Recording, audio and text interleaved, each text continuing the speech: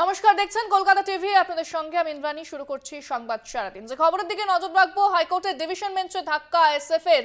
21শে জানুয়ারি Victoria হাউসের সামনে ISF এর সভা হচ্ছে না। প্রধান বিচারপতির ডিভিশন বেঞ্চ খারিজ করে দেয় সিঙ্গেল বেঞ্চের রায়।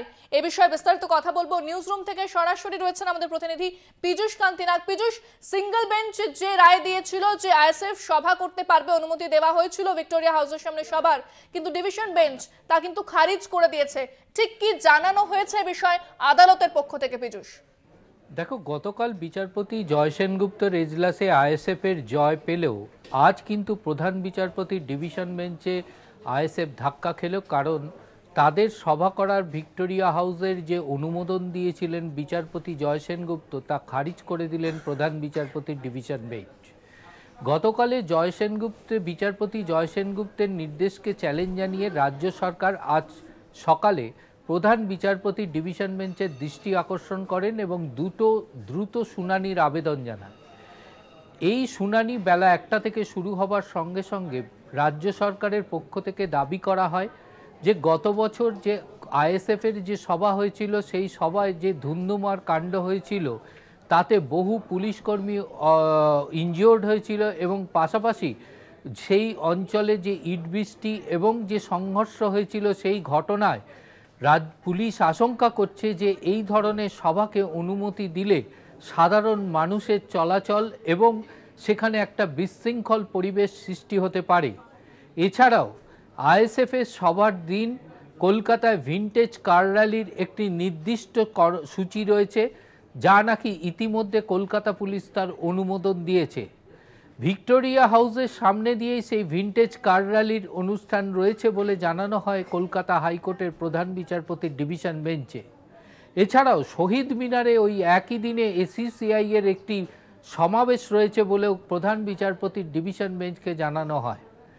এমত অবস্থায় রাজ্য সরকারের পক্ষ থেকে দাবি করা হয় যে এই অবস্থাতে যদি ভিক্টোরিয়া হাউসের সামনে তাদের সভা করার অনুমোদন দেওয়া হয়, তাহলে সেক্ষেত্রে কোনো না কোনোভাবে অপর একটি অনুষ্ঠানকে বিঘ্নিত করতে পারে বা দুই সমর্থকদের মধ্যে সংঘর্ষ লাগতে পারে, বা ভিনটেজ কার র্যালির যে অনুষ্ঠান রয়েছে তা কিন্তু বিভিন্নভাবে তাদের সমস্যা হতে পারে।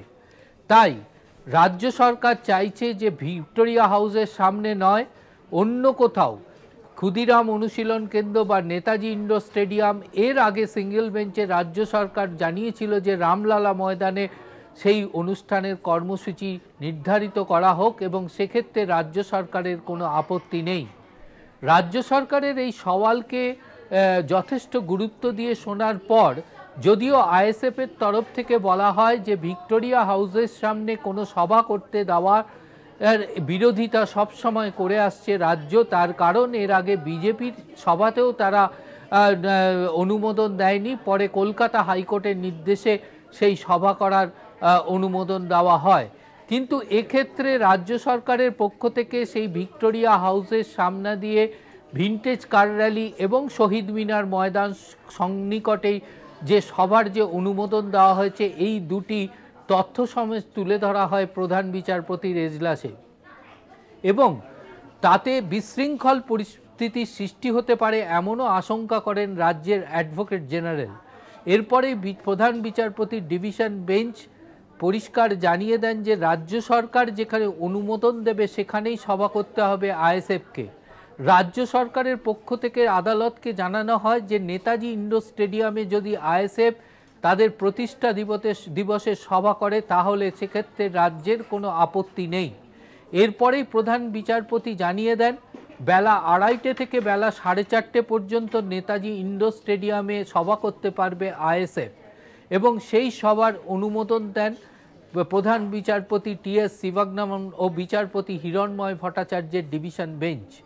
অর্থাৎ ভিক্টোরিয়া হাউসের সামনে যে সভা করার যে অনুমতি দিয়েছিলেন বিচারপতি জয় সেনগুপ্তের একক বেঞ্চ, তা কিন্তু খারিজ হয়ে গেল প্রধান বিচারপতির ডিভিশন বেঞ্চের নির্দেশিকায়।